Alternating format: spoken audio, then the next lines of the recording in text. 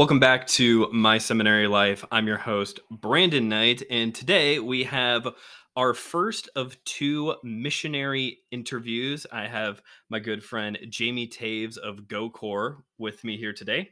Thanks for having me on, Brandon. Of course, thank you for saying yes. I'm always a little nervous because I have a hard time with rejection. I'm a little nervous whenever I ask somebody to be on the show for the first time. It's a real thing. I didn't have any problem with asking because you're a great guy, and I was just very confident. I was like, yeah, this is something Jamie would want to do. I appreciate that. Of course. So, for those of you coming in for the very first time, here on the show, I talk about the stuff I'm studying in grad school as I'm working on my Master of Arts in Ministry Studies.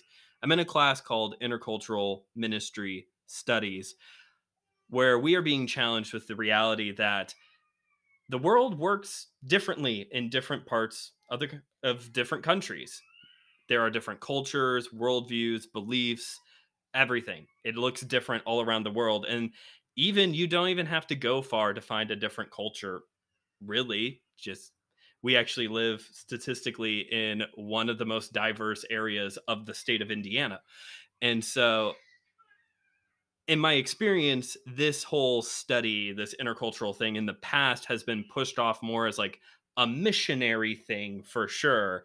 But now we're really being challenged to realize that as ministers of the gospel, wherever we are at, even in the United States, this is a reality that we have to, through wisdom and prayer and guidance of the Holy Spirit, figure out when to embrace other cultures, when to look at it through a biblical lens and maybe challenge different cultures, and even to hold it up as a mirror to our own culture, because America is not the most godly country.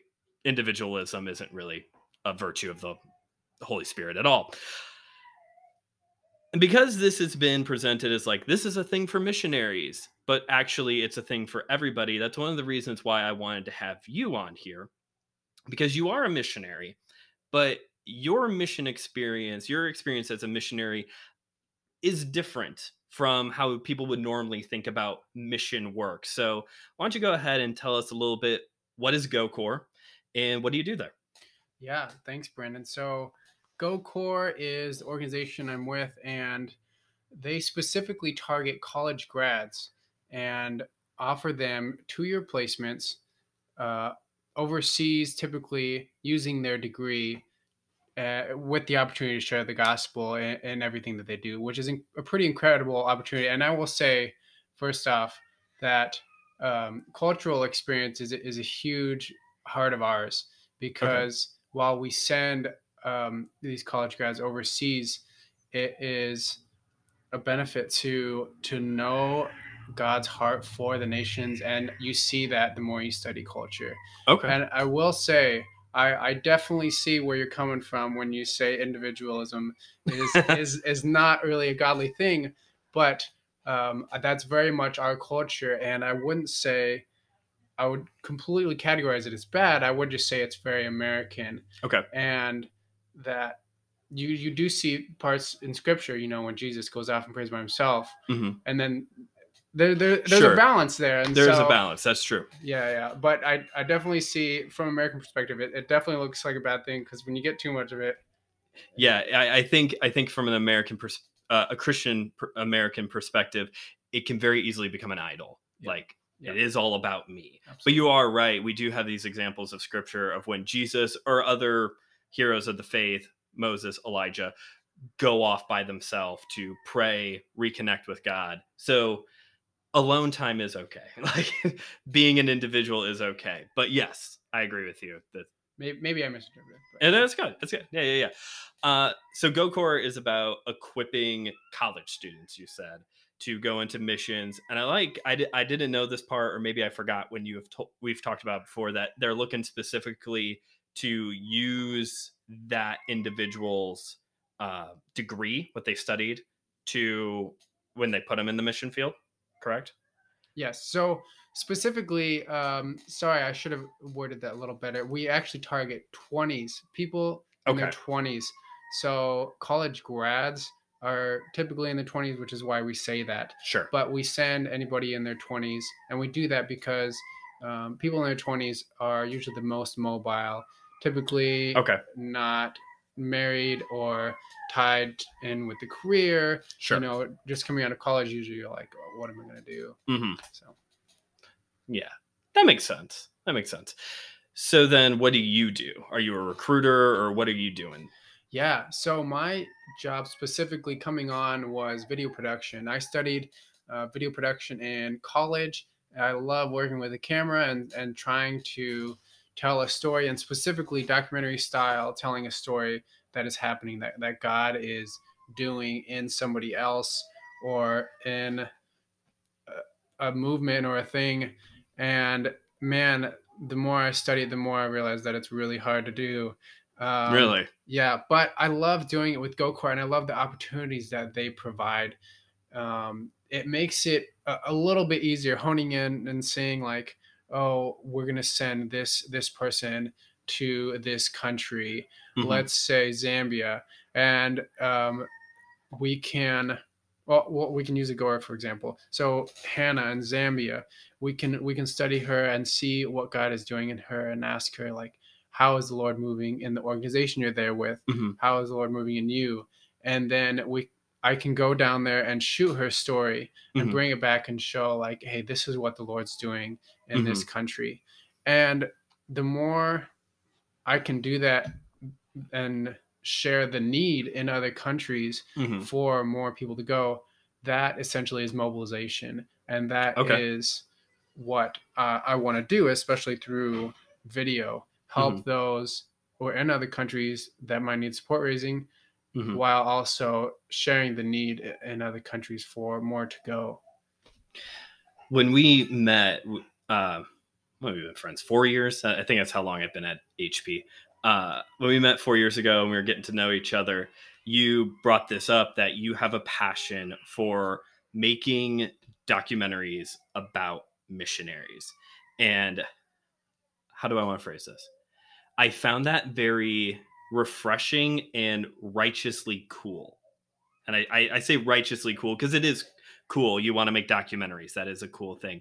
But it's refreshing because coming from like the ministry world and Christian higher education, I hear a lot more of a general this general idea of I want to be a pastor, I want to be a missionary, I want to do whatever God calls me to do. And I'm not trying to judge those people, but it's more vague and open-ended because sometimes you just don't know. Like you said earlier, Right. college students fresh out of college typically have a period of who knows what's going to happen next. Right.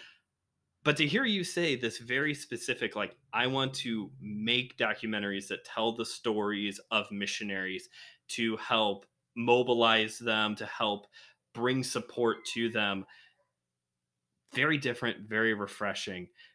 You mentioned there's been some difficulties or that you've gone through some growth in your production. So what are some of these difficulties or growth that you have seen since you've started working with GoCorps? Yeah. So a big one I would say is I'm used to working with a team, and I guess maybe that's just how my education was. When I Okay. learned, it was like, oh, you learned how Hollywood did it. Okay, well, Okay. Hollywood has a multi-million-dollar budget. They Sure. have hundreds of people working on their sets. Okay, it's Mhm. really different. I would say, and then coming out of college, I worked with a guy who had a lot of connections, and we would always go do shoots with, groups of 10 to 20 people on this set. Okay. And so I'm used to having a small role and doing that one role well. Okay. And so I really had to kind of adapt coming out of that and learning, with GoCore, I am the Are producer you and the everything? director and the camera op and the editor. And Mhm. so I know a lot of those skills, but I'm not always the best at them. So it really stretches me sometimes Okay. to, like I like to write, but I'm not very good at it. I'm better at working with someone who is good at writing Okay. and Okay. maybe being another perspective. But with this, like it's challenging for me to hear someone's story and then kind of write up what a documentary might look like because Mhm. not it's hard to think about, but a lot of documentaries are written, even Hmm. though they're live events. Sure. It's how it works, and so that's a big challenge for me. And then another challenge is just in general mobilizing college students. So I didn't mention this before, but it is part of my job role as well to get in front of college students at times and Hmm. tell them about what we do directly, Okay. and going to different colleges. And so that as well is a bit out of my um, expertise, and I love doing it. I love the opportunity to share what God's doing, but Hmm. it's a bit of a challenge for me sometimes. I this is ignorant because I don't know, because you come from a very different field of study. How much writing does go into documentary work? Because, like you said, it is, capturing an event. It's not like, writing a Star Wars script or Right. whatever, but how much goes into crafting a story Yeah. for documentary work? Yeah. So I'd say it probably depends on the kind of documentary, but Okay. in most, um, usually you typically know what the story, the general story might be like, and you would need to write a general outline. Now, Mm, most documentary work is probably written very loosely, meaning it's mm. written out with the mindset of this could completely change. But Okay. it helps to have a direction going into it, because if you have a producer or someone who is up above you, they need to know like how do I gauge like what's happening here? You're not just going to fly you Mm, out to country and be like, shoot whatever you want, okay. you know? So I Hmm. need to do research. Like, what is the Lord doing here? Okay. What is this church doing? Are they reaching out to this baseball community? What kids in this baseball community are willing to go on camera? Okay. What is that kid's story? So it gets real specific. Interesting. Okay. And then once I find that kid's story and I learn about it, I'll try and write it out so that Okay. I can visualize it in my head. Sure. From that point I can be like, okay, there's this baseball game and this was a significant point in the story, Okay. and it already happened, but we might be able to shoot something similar to it. Sure. And Okay. so I want these shots. Or Okay. maybe we can gauge like, oh, there's an event that happens every month and it's coming up, Okay. so I can write that in. Interesting. Does GoCorps send you on assignment, or as stories are coming in, do you kind of like go through them and decide this? I think I could do something here. How does that work? Yeah, so it's been a bit of a challenge lately. We've been thinking about that, like how are these stories being used, and are people seeing them? And we realized that we want to grow our YouTube audience more, and Hmm. what grows on YouTube. So we're thinking about the very end of a video and how it might be used before we put any effort into it. Makes sense. And so, I just drew a blank. What was the question again? No, it's good. So does GoCorps send you on assignment, or as stories are coming in, because I'm sure reports come back and you get, Right. emails or whatever, do you, something come across something you're like, I think I could do something with this? How does that Right. work? Yeah. So I usually have a list or a tally of like goers that would be good on camera, because let's be honest, some people just aren't great in front of the Hmm. camera, and it's nothing against them. It's just um, a lot of people don't want to watch someone who's not great on camera. It's true. And Yeah. I know, because I'm not scared of the camera, but I've been in front of it and I know I'm boring because I've edited my own stuff and I'm like, wow, I don't want to be in front of the camera. But Well, that makes me feel extra special because you did ask me to help you once with a video project. So I appreciate thinking well, I work well behind or in front of the camera. yeah, So, no, and you were great. And usually it's people who are comfortable, like on stage, or okay. who are typically performing in some way, who are comfortable in front of camera, or just outgoing and a bit of and good with words. So there's different things. So like that's a criteria, and then also people who are able to storytell, like those can be two Mm, different skills, yeah. and people who can storytell are make my job real easy, because then I read their newsletters and I'm like, well, this is a great story. Okay. Let me follow up on this. And so I Sure. have like a few stories of things that are being done around the world, and I kind of follow it, and if it's something we want to do, then we reach out to them and be like, when might be a good time in the year that we could come Okay. and capture, this. And another really hard thing is a lot of the people that we send go to closed countries. And so it's like, you Oh, have this okay. awesome story. We want to tell this. And they're like, great, we'd love for you to tell it, but you can't use my name. You can't use my face. I get you. You can't use an organization. It's like, well, then we're almost making up a whole new story. And so Yeah. there's a gray That area is there. that sounds really difficult. Where are some of the places you have that you've gone off to make these stories? So I can tell you, I've been so this last year was the first time we went and did this in Hmm. different countries. We were kind of just doing this a little bit in the States Okay. with alumni, but I went to the first two places I went was Italy and Sicily. We have like Mm, a baseball placement, which is okay. really interesting, baseball in Sicily. Um, True. and the other one was in the Middle East, um, Central Asia, Okay. technically would be where they call it. And they are doing some really cool stuff, being a huge movement in this country by using discipleship, and they have this formulated structure for how the church grows in smaller villages outward, Hmm. and it's incredible how fast it's growing. Like in the Interesting. last 10 years, um, I don't I don't want to give numbers because I'm not the expert on it directly, but I can tell you that um, it's pretty shocking. Like hearing similar to like the things like the Chinese church is the fastest growing church in the world, Sure. things Hmm. like that, and it's just like you hear about it, but it's like, well, how are they doing that? Hmm. And so being able to see something like that um, is It's pretty cool. almost like discipleship is a key part of Christianity. You know, It's true. it is true. I go and make disciples, but that's really encouraging to hear that they're in the Middle East or Central. So you say Central Asia, Central Asia, Middle East, kind of that area. yeah. That's something that's going on right now.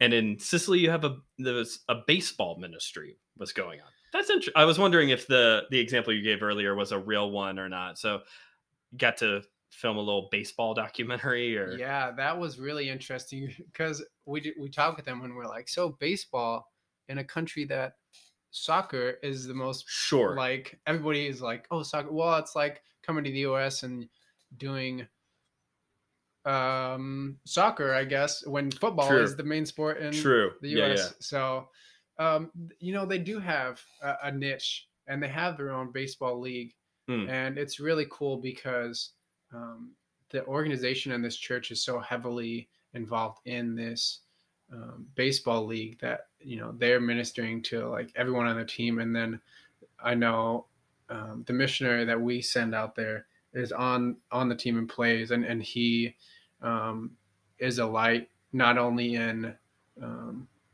not raging, Oh, which is like a huge like cultural thing they do. They just get mad at the umps and just like, I don't know. oh, It's really? weird, yeah, in Interesting. baseball. And but like he hosts Bible studies afterwards with the guys in the baseball group and Okay, invites them to their church and stuff. So that's cool. A little a little unconventional, but that's perfectly fine if it's working. And it's a thing to get really mad at the umpires there.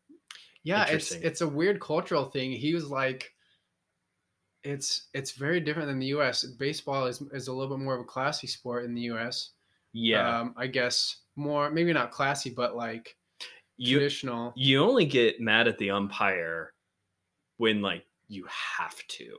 Right. You know, like sometimes managers go out there to like start a fight with the umpire because he's got to get the team fired up or it was a really bad call or something. But in Italy, it's just kind of like every Yeah, little thing. it's like common practice. You just cuss out the empire and the umpire. Yeah, I don't know. Okay. It's different. How about in the Middle Eastern context? Was there any cultural differences that you noticed while you were there on filming that you can speak to? Um, so I didn't get to experience as much as I wanted to because uh, I like to try local foods, and it was a Oh, little bit hard there because they have a water problem. ah, And we went to a place, and I wasn't warned about the salads, and mm, they wash their salads in the water, and so I got sick, and unfortunately was not able to experience as much as I wanted to, but I was able to see some leaders in the local church. And one guy, just like, his faith was incredible, like something I'd never seen. He didn't speak very much English, but hmm he could, and I wasn't saying anything. I was just like standing in the back trying not to look sick. And he just walks up to me out of nowhere and he's like, I want to pray healing over you. Oh, Like the okay. few, like very broken English. hmm And then he put his hands on me and started praying for me, and like, how did you even know I was sick? And I don't know, maybe it was obvious, but it, and then the amount of faith he had just to be like, you know, healing upon you, and hearing about the same man like praying demons out of people, and hmm. the amount of faith he has and stuff like that. So So just very, I don't want confrontational. That's not the right word. Direct, just very yeah, direct, not an indirect speaker. You don't see. I I've heard in the studies I've been doing that we are actually a very direct culture, how we speak with one another. But in a church setting, I don't know if we see that as much. At least in the non-denominational evangelical world that you and I swim in. Of I'm just going to walk right up to you and, hey, I can tell you're not feeling well. I'm going to pray for you right now. Like, I feel it seems like that is where the indirect stuff more so comes in, of right, just pray healing over everybody. God, we invite you into this in general, right, yeah, Interesting. absolutely. And they take it so seriously. I mean, that's the cool thing about that culture, is like, you have to, because when you follow Christ, you're abandoning like everything. You're not abandoning your family, but your family's kicking you out, Mm, because how can you go against um, Islam? And mm, it's very difficult. So like, it's just so interesting seeing how the church and the Holy Spirit manifests and works through mm, the people in such a direct way. And mm. I will say, though, also, it is a much more spiritually dark place, where you do see like it. Whereas people in America, like, when you say, "Oh, do you believe in demon possession?" and like, some people just, or some Christians might not be sure, like, "Oh, Mhm. does it exist today?" I don't know. There, it's like there's so much spiritual darkness. They're like, "Oh yeah." Oh, Like, even non-believers, I even Islam people are like, really "Oh yeah." I've heard that before, that in other countries, not specifically the Middle East, but I've heard with Africa, uh, there's a lot of spiritualism in general there, but that you're right. Here in America, I've heard it said before that it's movie stuff. It's the exorcism. It's entertainment. It's paranormal activity. But and so we're able to kind of compartmentalize it that way, of like demon possession and all that stuff. It's just, Right. it's not real, or it just makes for a good story. Whereas in these other countries where they take spiritualism more seriously, or see it more often, they're it's like a no-brainer. Like, yes, this is a real thing. Right. So there's a prior documentary that you made before your time with GoCorps that I want to talk about. But before we go to that, is there any other stories you would like to share with us? Things that are going on, that how God is working in other countries. Yeah, I mean, I will share one more story of a girl in this country that we were just talking about in Central Asia, who we we got a few stories from her, and God has done some pretty incredible stuff in her. She's a goer we sent, so she's from California area, and we just made a little 5-minute documentary about her, about God, like showing her that going overseas is His desire for her heart, desire for her, and one of the routes that she could take. Hmm. And she very much, saw that there's not always one path, but this one is going overseas is definitely something that is clearly called to from Christ of making Hmm. disciples of all nations. I mean, that's Yeah. pretty obvious, and there was a lot of need in this country, and so she felt very strongly called to it from the Urbana Missions Conference, Hmm. which is a conference coming up in December this year. I think I just So saw a Facebook ad about yeah, that. yeah. So we're gonna be there, and we wanted to come out with her story because it's so cool, and it correlates so perfectly. And Hmm. she's long term missionary now in this country, and she has streamlined the ability to have Westerners come in and learn such a difficult language and culture Oh, much quicker than it took her. It took her about 5 years, and she wow. has made this program now to make it feasible within about two. Um, Wow. and that's more than just language learning and cultural learning. That's also like dealing with the government and finding visas and being able to stay in the country and stuff like that. That has to be so helpful. I mean, just learning the language and the customs alone, I'm sure is a big deal. But to also know the ins and outs of, be able to teach the ins and outs of getting a visa or work or whatever needs be, like, yeah. And that goes to show, along with what you're doing, that mission work isn't just I'm parachuting into a jungle somewhere and finding some natives and telling them about the gospel. Like, there's additional steps that go into it that is still considered mission work. Like, you're telling these stories so people can know what God is doing, and maybe through the power of the Holy Spirit be convicted to or be led to support these missionaries or to pray for them. Or this young woman is making it, streamlining it, like you said, more possible for people to get into a difficult area, to be able to start presenting the gospel on a quicker basis. To take it from 5 years to 2 years, that's pretty impressive. She knows what she's doing. She does. She's pretty smart. If somebody wanted to watch these, are they available to the public? Yeah, we're trying to grow our YouTube channel actually. It's just gocorp.org. That's GOCORPS. Okay. .org. It's not .org. It's YouTube. Oh, So it's it's YouTube. YouTube.com. YouTube.com/GoCorp. Just GoCorp. Yeah. Okay. And they're like, you mentioned in this one, I forgot to ask this earlier. You said that her video was like 5 minutes long. Is that typical length for these stories? Like a couple minutes long, 10, Yeah. 5, 10 minutes? We try to keep them under 10 minutes. 5 we found we think is a sweet spot. It's just like we don't want a lot of people like don't have a whole lot of time Mm-hmm. to watch these, Sure. but at the same time we want to make it engaging, and there's just a lot of content sometimes. Mm-hmm. So um, yeah. Well, how about this? If you're interested in checking those videos out, listeners, I'll put a link in the description for this episode so you can very easily find the YouTube channel to hear some of these stories and learn about what baseball is like in Sicily. Prior to your GoCorps experience, I think one of the first mission trips that you took after we became friends is you headed out to Vanuatu. Now, for those of us who weren't great at geography, where's Vanuatu? Vanuatu is yeah, where is Vanuatu? That's the question. It's right below Fiji. So, Okay.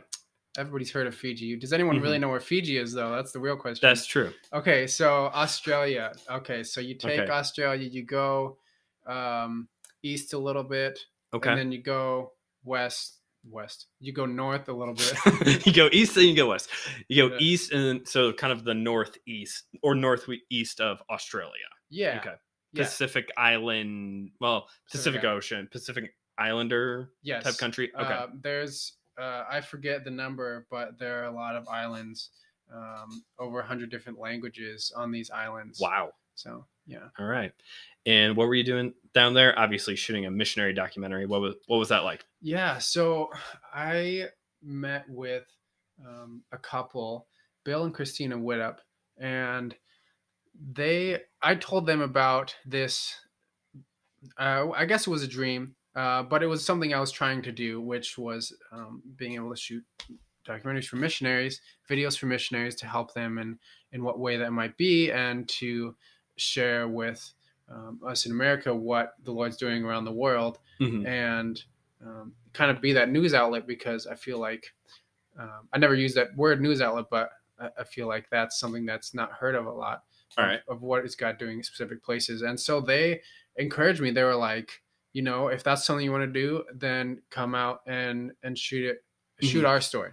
Okay. And I was like, yes, you're the people God sent you to say that, because I have said this to a few missionaries and not sure what response I was supposed to get, but realized like it was this. It was you saying, Ah, believe in me, come shoot my story. sure. And so that was it. I took a step of faith. I support raised for that trip. Wasn't sure what to expect. I knew certain things needed to be in place, but I was like, we're just gonna go. I didn't even write very much up. I tried to do research on like what story to tell beforehand, but I was like, Lord, I'm stressed because I don't know what story to tell. And so I was like, we're Mm. just gonna go and see what the Lord's doing. And man, are they doing a lot there. So yeah, do you want me to go into the details of all they're doing?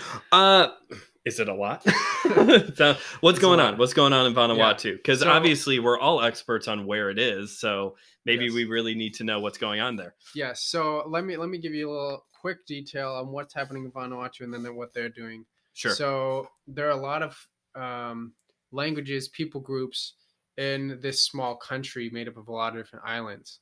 So it's it's not super big as far as people and land, but Mm. there's a lot of diversity Hmm. within the tribes and the languages. And Vanuatu, I would say, would still be classified as one of the last um, indigenous style Oh, places in the world. okay. People say like there's places in Australia that are still indigenous. Mm-hmm.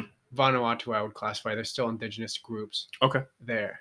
Okay. Um, and so they live in Bill and Christina live in a bigger city in the middle of Vanuatu.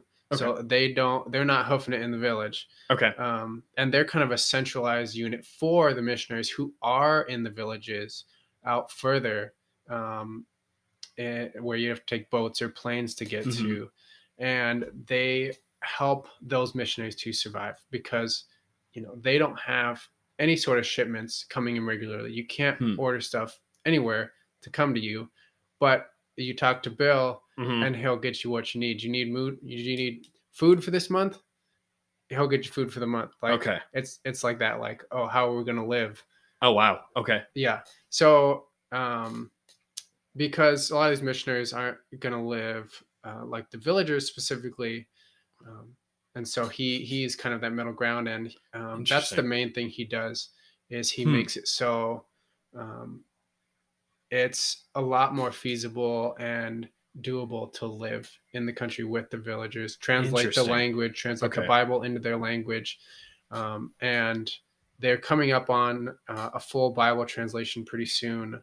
Oh, wow. I know they have. When I went there, which was 3 years ago, they had a handful of books, and we're almost done with the New Testament. And I think we're Hmm. projected to have the whole Bible translated within another 5 years. So they're coming up Wow. on that soon. That's really amazing. Into the main language, I should say, Into the main language. because Oh, there yeah. are lots of languages. Yeah. Okay.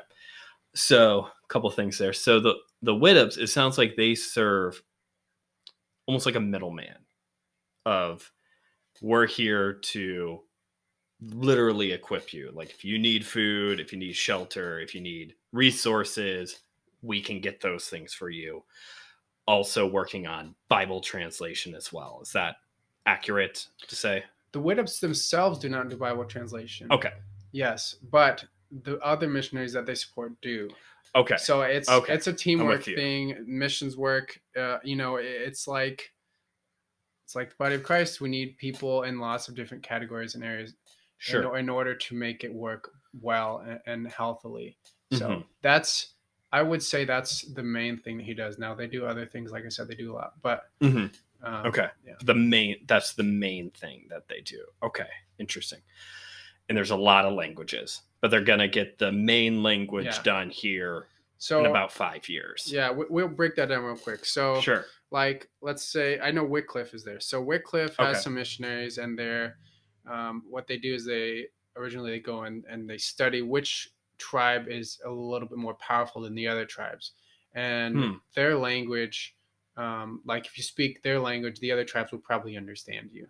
Oh, okay. That makes Because sense. the languages are close enough, Sure. right? It's like speaking different dialects of English. Like if I go Okay. down south, I might have a hard time understanding them, but Right. I'll still understand You're them. still speaking the same language. Exactly. I Yeah. don't say y'all, but Right. I know what that means. Right.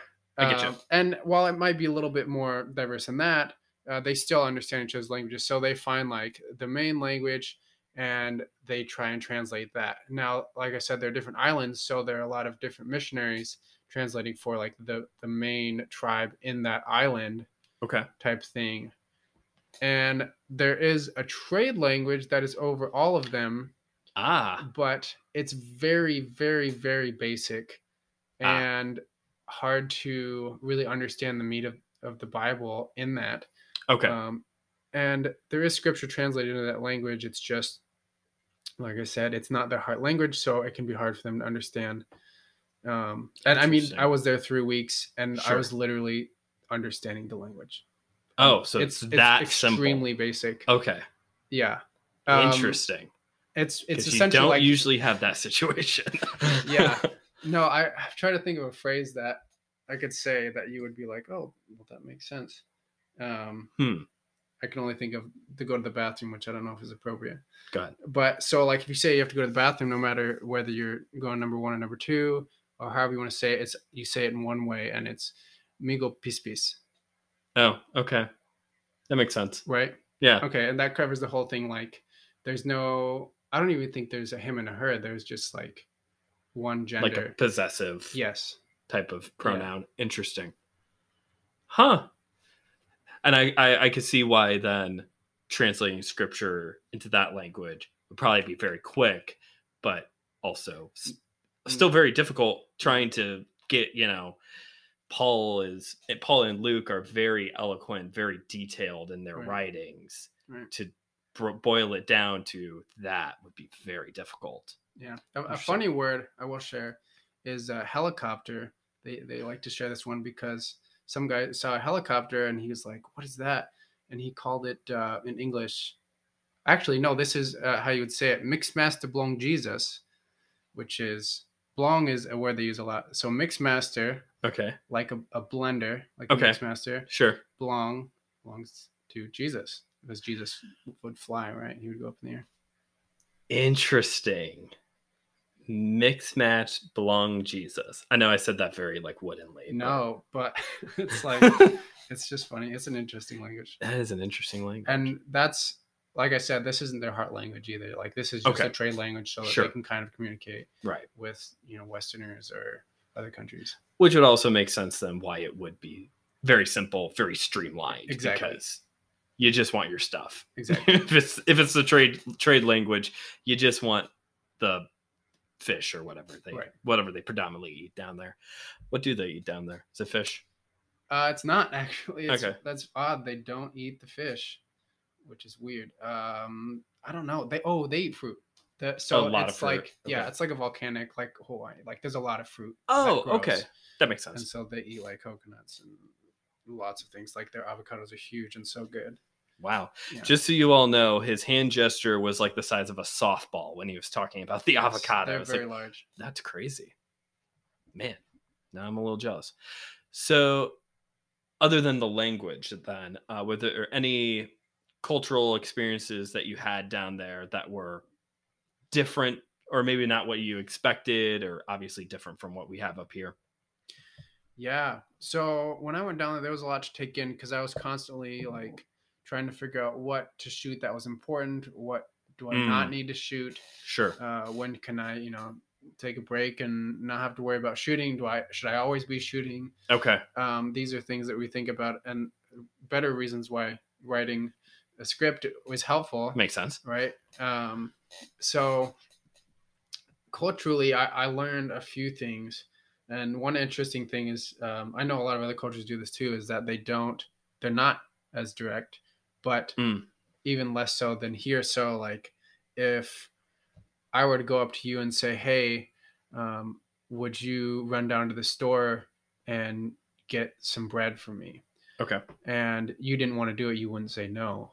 You would say, you would pawn it off on someone else, usually be like, Oh, "Oh, why don't you ask Claire?" okay. And if Claire didn't want to do it, she'd say, "Go ask Brandon." You just go back and forth. Yes. And this is what happens. You'll never really get a no. It's interesting. Interesting. Or like if you ask for directions, you Mhm. don't know if they're actually giving you directions or not, because they're not going to tell you they don't know. They're just going to point some way and say it's that way. Oh, So that could be difficult. yes, there's a Could be lot of very difficulty with that. Yes.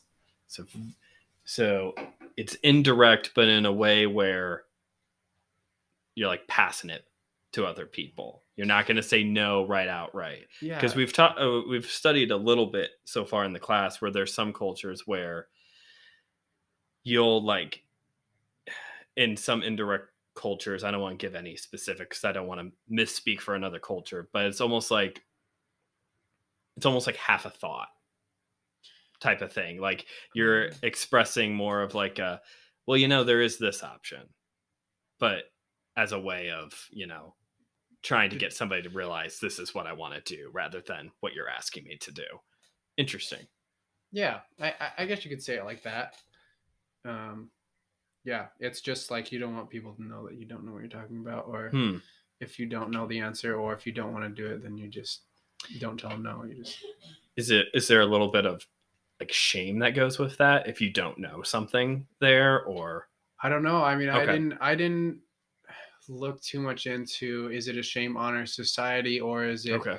a fear respect society, Okay. which are the two types of societies that are not legalistic like the U.S. Hmm. Um, I would assume, yeah, it's probably something around one of those. Okay. But I mean, another part of that culture there is like you don't.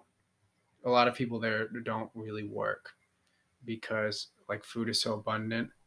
Oh, Like you don't really need to work. It's always warm, that's crazy. and it's you don't. A lot of people like just live in little shacks just because they don't really want to work. Oh, interesting. Yeah. So it has its pros and cons. Yeah. So it's like, oh, it's a lot of people might describe it as like island life. Like Hmm. if you know what that means, if you've been around a lot of islands, like Mm-hmm. oh, it's just chill, it's relax, enjoy the beautiful island that you live on. Sure. And you don't really need to work, Hmm. which is an interesting mentality. It is.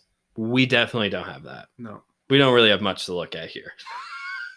Yeah. Yeah. That's true. All right. Well, are there any other stories you would like to share from your experience in GoCorps or any other mission documenting experiences you have had? Man, I I try to continue to look forward at what's next, Mm-hmm. and I think it's a bad habit of mine. I don't take enough time to look backwards um, at what the Lord's done in my past sometimes, and so I feel like I miss stories that way. Like, oh, there was this story that I lived through. Hmm. So right now as I'm sitting here, I don't have no. Is there any places you're hoping to go soon, or any stories you're looking forward to telling here pretty soon through GoCorps? Or Yeah, I know right now I haven't put together. I know we had 3 or 4 other countries that I wanted to go to when we were looking at last year, but right now we've kind of put that on the back burner because we are getting ready for the Abandoned Missions Conference. Okay. Which is going to be a huge thing for us this year. How we get a lot of students. We are partnering with them to try and be a key mobilizing organization with them that students can find their way to the placement that fits them better. So we're gearing up to give our best foot forward for this exhibit. Or this, it's the end of December for this exhibit booth we have. Nice. Well, then, on that note, let's go ahead and wrap up this episode for today. So, thank you, first off, for coming out on this chilly fall evening, coming over to do this episode. Where can people go to support you or even support other GoCorps people who have been sent out? Yeah, no, great question. So yeah, I do have a support team, and Brandon is one of my supporters, and I thank him very much. Mhm. But yeah, if you guys want to support me, it's gocorps.org/give, and you would enter the way that you want to give, and then you would just put my name in for staff, Jamie Taves. But we have a lot of goers who are always support raising. Right now, we have a group of 5 girls that are support raising, and a couple of them are having a lot of difficulty. So I would plug Abby and Moira, because they are having difficulty support raising and seeing. I know from experience support raising myself, seeing random givers donating is like the most encouraging thing, and it's Mm. just a huge sign of like, wow, like God is. I didn't even ask this person, and like God's looking out for me, type of thing. So Sure. I'd encourage that, and you can do that in the same way. GoCorps.org/give, Okay. and there should be a drop down. You can pick, how you want to give. You can drop their name in. So, all right. You said it was gocorps.org/give. yep, that's Okay. GOCORPS. All right. I'll put that in the description so you guys can find that link, and I might text you about it to make sure I have it right later. And I'll also include a link to the YouTube channel so they can see some of these stories for themselves as well. And you can find links to all the other stuff, Facebook and Instagram, MSL's Facebook and Instagram, the shop, the website. If you listen to the show, you know all this stuff already. Thanks for listening. As always, if you enjoyed the episode, please consider rating and reviewing on whatever platform you're listening to. I don't know if Amazon Music does rating and reviewing, but if you can, you should do it there because we're now on there. Yeah. The recent addition. Anytime I have a guest on the show and we get to this part where we're right here at the very end, I always like to end it on a fun note. We've had a good serious conversation, a nice light one to send us home. A normal podcast would do this at the beginning. I chose to do it at the end. It's also fun to catch the guest off guard. So, for those of you who don't know this, Jamie is the guy who broke me and finally got me into playing games. I hated playing board games and card games until Jamie started inviting me over and over again for game nights, and it finally broke me. And now I like playing games, or at least most games. So, as the game expert, Jamie, what is your all-time favorite game? And also, what is that one that you hope to never play again? Man, what a great question. Since I've had kids, I haven't been able to play games as much as I want to, but I will say, I don't know if I'd say my all-time favorite, but right now it's a game that like I really think is awesome. It's called Wingspan. I've heard that Have you one's heard really it? good. Yeah, and it used to be super expensive. It's come down in price, but it's all about birds, and every single card is a different bird. It's incredible the amount of detail that's gone into the game. Yeah, super fun. A game that I don't really care for, that I used to really like, actually, and it's kind of ironic because we have a bunch of them, is Villainous. And it's because the balance system is just wonky because they're trying to stay true to the abilities of like that villain and the story, and like you have to interact with other villains, and it's always lopsided with different characters, and it's a lot to it. Yeah, I haven't played Wingspan, but everything you said is definitely what I keep hearing, is that It's really good and also very beautiful. I guess the art design is really good for it. And I have played my fair share of Villainous. Actually, you bought me Marvel Villainous, and it can be very lopsided.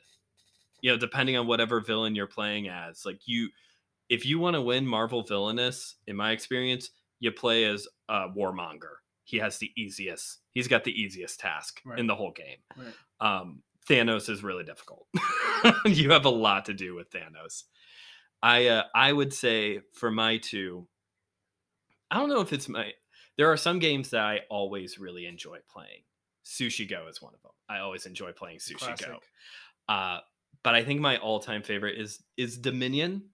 I really like deck building games. I think of all the options, that's the one that works for me. A lot of board games, like sometimes it's hard for me, especially when we play them for the first time. It's hard for me to keep up with everything that's going on, and my cards do this, but your cards can make me do this, and I just get very lost and just accept that I'm going to lose and grab another handful of Doritos. Like that's just that's. But deck building games, it work for me. They're a little bit more like straightforward, and you are really just focusing on yourself and like how am I going to build my whatever to make it work the best for me to win.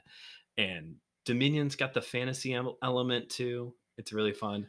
Dominion is a classic. I also there's a few that I really like, and, Mm-hmm. and Dominion's one of them as well. So. I never want to play electronic catchphrase ever again. I hate that game. Yeah. We played it once. It was a small group night or something. I remember that. And I was so frustrated. It's just not for me. I don't like that game. Yeah, it can be hard. Yeah. You get like one word that's like extremely easy, like bread or something. Yeah. And then you get some other word that you've never heard of, and it's like, what in the world? You get like a very specific person who was on SNL in the 90s. Yeah. Right after answering rice. Like it's, again, very lopsided. Very lopsided. Yeah. All right. Well, thank you again for being here. Appreciate you a lot, buddy. And thank you all for listening to this episode. Come back next week where we'll have our second missionary interview where my friend Nate, who is a missionary down in Uruguay, will be on the show talking about missions in Uruguay. But until next time, remember, theology is for everybody. So keep on studying.